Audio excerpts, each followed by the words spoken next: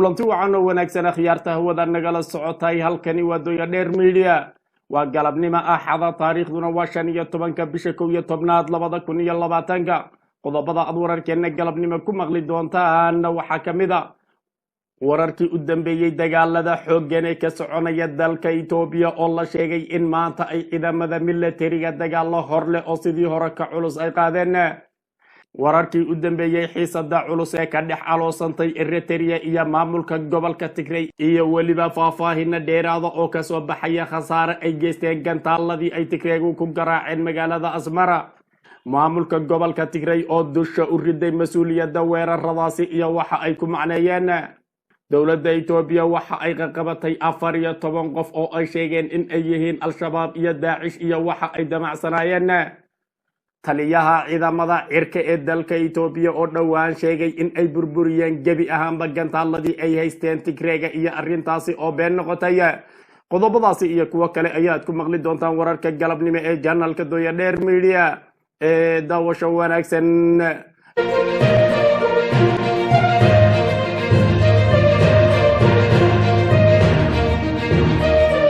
isku soo noqod wanaagsan daawadayaal ku soo dhawaada qodobadaasi aad naqasheen iyo kuwa kale oo faahfaahsan aan ku bilownay daawadayaal sida aynu ognahay dalka Itoobiya waxa ka socda dagaal aad u culus kaasi oo galay maalintii 12aad isla markaasina dhexmaraya ciidamada militariga Itoobiya iyo kuwa maamulka gobolka Tigray dagaalka oo la isku adeegsanayo hubka noocyadiisa kala duwan diyaaradaha dagaalka iyo sidoo kale gantaalada ay taangiyadu tuurayaan ayaa waxa uu maraya maalintii 12aad iyada oo wax guula labada dhinac midkoodna uusan ka gaadhin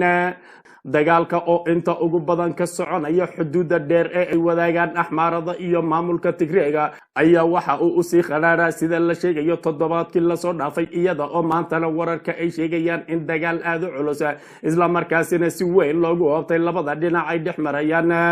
maamulka Tigrayga oo maalmahani bilaabay dagaal waji kale leh ama ka duwan midkii safka ahaa ee labada dhinac ay ku jireen ayaa waxa ay u muuqataa in dawladda uu hogaaminayo Abiy Ahmed ama ciidamada militariga amar lagu siiyay in tallaabo ka duwan ama ka culus tii hore maanta ay qaadaan maanta oo ay taariikhdu tahay 15 bisha 11 2020 ayaa waxa la sheegayaa in dagaal aad u qaraadh u labada dhinac dhexmarayo iyada oo la sheegayo in ciidamada militariga ay ku dadaalayaan sidii maanta ay u qabsan lahaayeen magaalooyin magac leh oo kamid ah gobolka Tigrayga ayaa waxa ay bilaabeen in ay gantaal ku garaacaan meelo kamid ah dalka Itoobiya iyo sidoo kale dalka dariska arrimahaasi ayaa soo kordhay waxa ayna u muuqataa in canaan xooggan maanta la siiyay ciidamada militariga sida ay sheegayaan ila wareedyo ka soo jeeda qoomiyadda Axmaarada oo si weyn arrimahaasi u falanqeynayay inkasta oo dagaalku uu waqti dheer soconayo ilaa iyo hadda Abiy Ahmed ma uusan ka gaadhin wax guul oo rasmi ah iyada oo waliba ay u muuqato maalmihii dambe in ayaga culays badan la soo saaray isla markaasina ciidamada militariga dib loo soo celiyay caqabada ayaa la sheegayaa in ay ka dhex jiraan ciidamada militariga Itoobiya iyada oo moraalka ciidamada la sheegayo inuusan toosnayn waxyaabaha kalifayana waxa kamid ah Itoobiya oo aqoomiyada tiro badan isla markaasina af diin iyo dhaqan in badan oo kamid ah aan wadaagin ayaa dagaalka waxa ay ugu jiraan qaabab kala duwan waxa ayna ka leeyihiin fikirro aan isku nooc ahayn qoomiyadda Axmaarada oo iyadu si toos ah ugu jirta dagaalka aanana u kala hadhin isla markaasina aqoonyahankeeda siyaasigeeda iyo sidoo kale ciidankeeda iyo waxgaradkeeduba ay dagaalka qayb ka yihiin ayaa iyada la aaminsan yahay in ay qaab siyaasadeed u dagaalamayso maadaama oo ay doonayaan in deegaana iyagu ay sheegtaan ay ka qabsadaan gobolka Tigrayga sidoo kale Axmaarada oo ciidamadeeda liyu booliska maleeshiyaanka iyo qaybaha kala duwan ee ku jira dagaalka waxa ay wataan calankii hore ee dhergiga kaasi oo ahaa xilligii Axmaaradu ay xukumi jireen wadanka Itoobiya ciidamada militarigana waxa ay wataan calankii dalkaas markaasina meesha waxa ka muuqanaya in dagaalku uusan ahayn mid hal waji leh iyada oo dad badani ay qabaan in dagaalku uu yahay mid u dhaxeeya qoomiyadda Axmaarada iyo Tigrayga oo Abiy Ahmed uu Axmaarada taageeray una la saftay si kastaba ha ahaatee ciidamada tirada badan ee militariga Itoobiya ayaa haddii moraal ahaan iyo shaqo gelin ahaan ay si rasmi ah u saxan yihiin waxa la aaminsanaa in mar hore ay qabsan lahaayeen deegaanada gobolka Tigray ra-iisul wasaaraha Itoobiya Abiy Ahmed oo isagu si rasmi ah u howlgeliyay ciidamada militariga ayaa dhowr mar oo kala duwan waxa uu u qabtay waqti inay isku soo dhiibaan ciidamada Tigreega balse ayaga ayaaba la sheegayaa inay ka gacan sareeyaan kuwa militariga mana muuqato sabab ay isku soo dhiibaan mar haddii naftooda aysan halis badan ku jirin ama in deegaanada laga qabsan aysan xilligan muuqan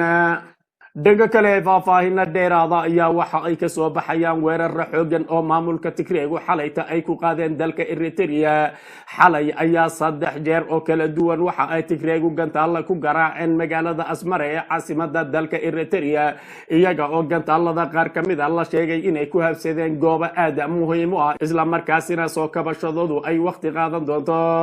gantaalada ayaa waxa la sheegay in qaar ka mid ah ay ku dhaceen garoonka diyaaradaha ee magaalada Asmara iyada oo la sheegay in khasaare aad xoogan garoonka ay galsiiyeen isla markaasina uu maanta howlgab yahay garoonkaas sidoo kale waqti ayaa la sheegayaa in ay qaadan doonto in uu dib u howlgalo garoonkaas maadaama oo la sheegay wadada ay diyaaraduhu ku ordi jireen inay hogag waaweyn ay ka qodeen gantaaladii ku dhacay sidoo kalena qaar ka mid ah dhismaha garoonka uu burbur xoogan soo gaadhay dhanka kale gantaalada ay Tigreegu tuureen ayaa waxaa la sheegay in qaar ka mid ah ay ku dhaceen quwadda korontada ee dalka Eritrea oo dhan halkaas oo khatarta ugu badan ay ka timid quwadda korontada ee dalka Eritrea ayaa waxaa la sheegay inay xalayta ku dhaceen 2 gantaal kuwaasi oo dhibaato xoogan gaarsiiyay iyada oo gebi ahaanba korontadii dalka ay goday inkasta oo dalka Eritrea uu yahay dal iska xidhan oo warar rasmi ah aysan ka soo baxayn balse ila diblomaasi oo Reuters ay soo xigatay ayaa waxa ay sheegayaan in ilaa iyo hadda dalka aysan koronto ka jirin dowladda Eritrea ayaa isku mashquulinaysa ama shaqo adag ka qabanaysa sidii ay u soo celin lahayd korontada iyada oo arrintani ay ahayd mid lama filaan ah oo si emergency ah ku dhacday dhanka kale 2 saldhig oo ciidamada militariga dalkaasi ay leeyihiin ayaa waxa la sheegay inay ka mid ahaayeen meelaha ay gantaaladu ku dhaceen wararka ayaa waxa ay intaasi ku darayaan in uu jiro khasaare isugu jira dhimasho iyo dhaawac maadaama oo aan laga warhaynin gantaalada wadankana aysan colaadi ka jirin oo xaaladda oo caadi iska ah ay gantaalo uuni ku habsadeen magaalada Asmara dowladda dalka Eritrea iyadu markii ugu horeysay waxa ay sheegtay in uusan jirin khasaare buuran balse dad badan ayaa waxa ay sheegayaan in khasaare uu jira ee dowladdu aysan soo bandhigin maamulka TPLF ayaa iyagu dhabarka u ritay gantaalada ku dhacay magaalada Asmara ee caasimadda dalka Eritrea hogaamiyaha gobolka Tigray ee dalka Itoobiya Debretsion Gebremichael ayaa waxa uu xaqiijiyay in ciidamada Tigrayga ay duqeeyeen garoonka diyaaradaha ee caasimadda Eritrea iyo waliba meelo kale oo uu sheegay in diyaarada ay kaga soo duuli jireen dhacdadani ayaa waxa la sheegay in ay sara u sii qaadayso xiisada colaadeed ee u dhaxaysa dowladda Itoobiya iyo xogaga deegaanka Tigreega ee TPLF ila wareedyo ku sugan Eritrea ayaa waxa ay sheegayaan in gantaalo lagu garaacay garoonka diyaaradaha laakiin ay dowladdu sheegtay in khasaare badan uusan jirin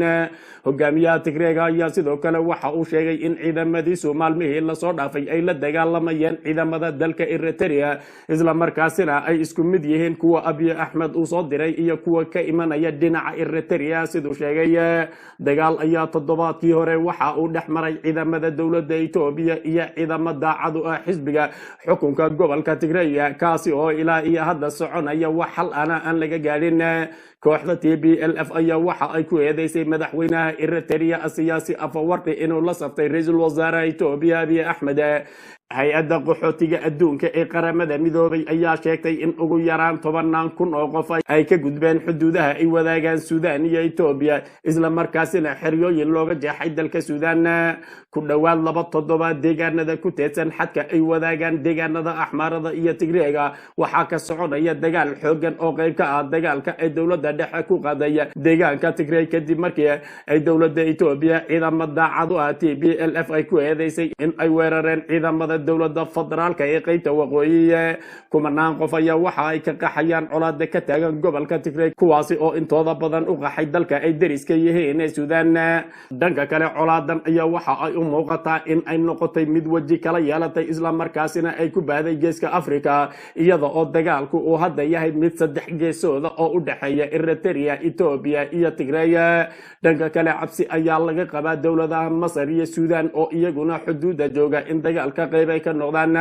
horay ayaa loo sheegay in dowladda dalka Masar ay ku hanjabtay haddii Eritrea ay dagaalka soo gasho in iyaguna ay dhinacooda ka geli doonaan. isha ayaa lagu hayaa bal meesha ay ku dambayso xaaladda dalka Ethiopia oo u muuqata mid xilligani faraha kasii baxaysa. dhanka kale dowladda Ethiopia ayaa waxa ay sheegtay inay qabatay dad ay ku sheegtay inay yihiin al-shabaab iyo Daesh. Ethiopia waxa ay xabsiga dhigtay 14 ruux oo looga shakisan yahay inay yihiin al-shabaab iyo Daesh oo lagu eedeeyay inay qorsheynayeen in ay weerar argagixiso oo waaweyn ay ka fuliyaan magaalada Addis Ababa ee caasimadda dalkaas. sirdoonka dalka Ethiopia ayaa waxa ay sheegeen in kooxahani argagixisada ay isku dayayeen inay ka faa'iideystaan xaaladda amni darri ama dagaalka ka aloosan dalkaasi.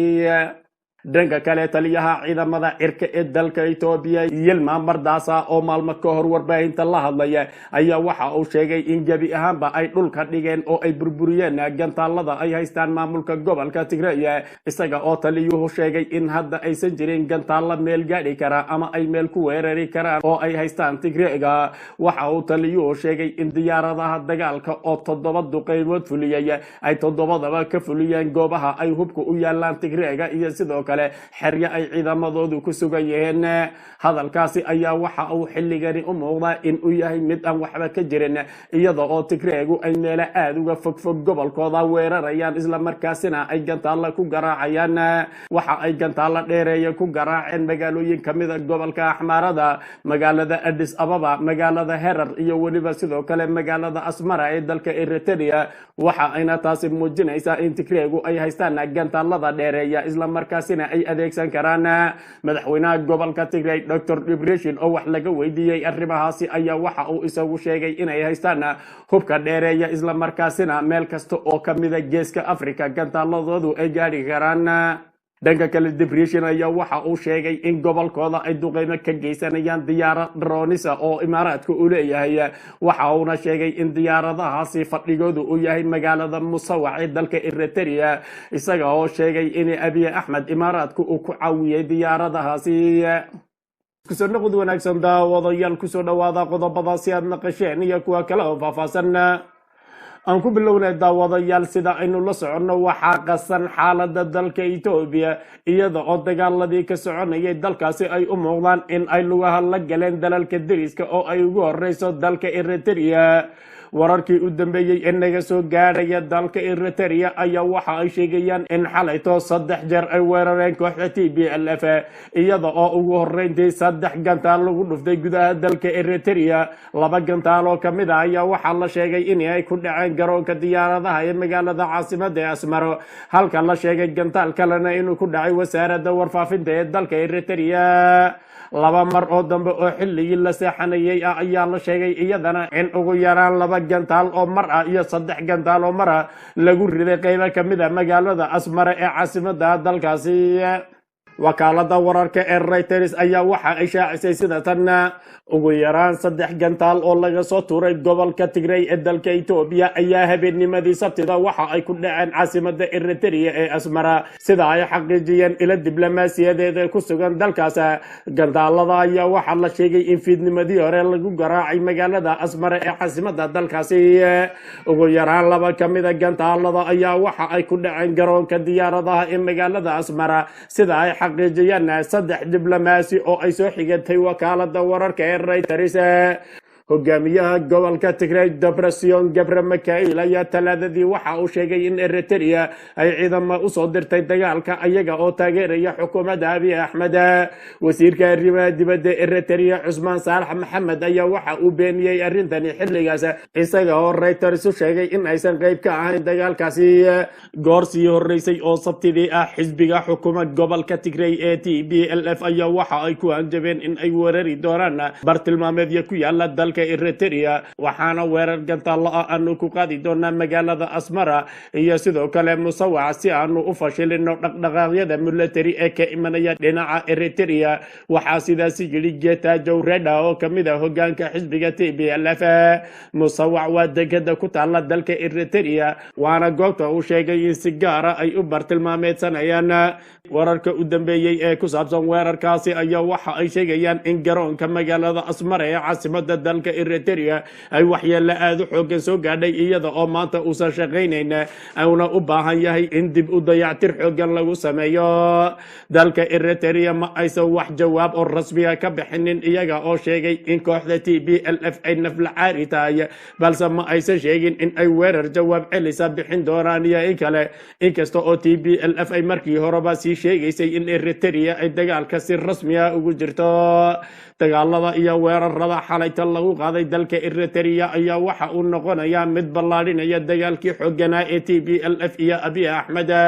TPLF ayaa la aqoonin waxa ay dabadeeda ku egtahay iyada oo ay u muuqato in dagaalkii ay ka dhigtay mid caalami ah waxa ayna sheegeen sababta ay u weerareen Asmara inay tahay inay ogaadeen in diyaaradaha duqeeya qaybo kamid ah gobolka Tigray ay ka soo duulaan dalka Eritrea gaar ahaan magaalada caasimadda ee Asmara dhanka kale kooxda TPLF ayaa waxa ay sheegeen diyaarada dharoonisa oo laga leeyahay dalka Imaaraadka Carabta inay Abiy Ahmed lagu caawiyay isla markaasina ay kuwaasi duqeymo ka geysanayaan qaar kamid ah deegaanadooda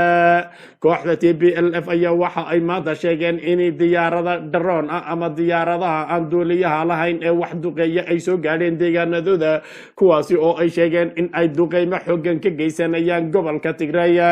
si kastaba Tigrayga ayaa waxa ay ku jiraan dagaal aad u xooggan oo ay kula jiraan dowladda uu hogaaminayo Abiy Ahmed iyo sidoo kale dowladda Eritrea oo iyadu intii dhulka ahayd ee kaga jirtay dhinaca Ethiopia maalintii u horeysay ee dagaalku uu bilowday goosatay haddana la sheegayo in ay qayb ka sii tahay dagaalka ka soconaya gobolkaasi ilaa iyo galabta ayaa la sugayaa in Eritrea ay wax jawaab ka bixiso weerarkii xoogana ee ay TPLF ku qaaday inkasta oo Eritrea ay hadashay ayna sheegtay in la soo weeraray balse ma aysan sheegin in ay jawaabi doonto oo ay TPLF la dagaalami doonto iyo in kale balse waxa ay sheegtay oo kaliya in kooxda TPLF ay naflacaari tahay isla markaasina waxa ay hadda sameynayso uu yahay galgalada TPLF ayaa la ogaaday inay haysato gantaalo aad u dheereeya kuwaasi oo galay inay gaaraan meelo badan iyada oo sidoo kale xalay oo sabti ahayd ay weerareen magaalooyinka Addis Ababa iyo Herar oo ku wada yaala dalka Ethiopia magaalada Herar ayaa waxa ay aad ugu dhowdahay magaalada Jigjiga ee caasimadda dowladda deegaanka Soomaalida gandaalada laga soo tuuray magaalada Maqala ee gobolka Tigray ayaa waxa ay xalayta ku dhaceen magaalada Herar ee ay inta ugu badan degan yihiin dadka Hererinta ee ku nool dalkaasi cabsi xooggan ayaa jirta iyada oo la ogaaday in Tigraygu ay haystaan gandaalo dheereeya oo meelo badan gaari kara dadka qaar ayaa waxa ay cabsi ka muujinayaan in deegaanka Soomaalidana ay isku dayaan in duqeymo ay ka geystaan dhanka kale maalintii 12aad waxaa soconaya dagaal xooggan oo u dhaxeeya ciidamada militariga Ethiopia iyo kuwa maamulka gobolka Tigray dowladda uu hogaaminayo Abiy Ahmed iyo ciidamadeeda ayaa waxa ay u muuqdaan in aysan guul ka gaadhin wajigii koobaad ee dagaalka lagula jiro ciidamada maamulka Tigray iyada oo ilaa iyo hadda xabadii ay socoto wax magaalo ah oo ay qabsadeen aysan jirin ciidamada maamulka Tigray ee loo yaqaan Liyu Police oo tiradooda lagu sheegay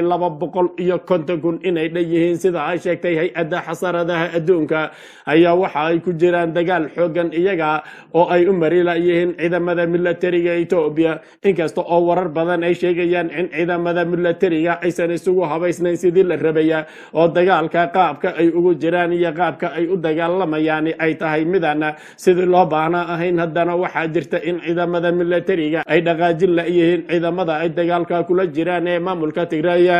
dad badan ayaa waxa ay qabaan dagaalka oo maanta galay maalintiisii 12aad inaysan sii socon karin in dagaalku uu sidaas u sii socdo haddii aysan xaaladu faraha ka bixin oo dagaal sokeeye oo wada qaca uusan ka bilaabanin dalka Ethiopia caalamka ayaa suurtagal ah inuu soo farageliyo dagaalkaas maadaama oo dagaalku xilligii degdeg ah ee Abiy Ahmed uu sheegay uu sii dhamaanayo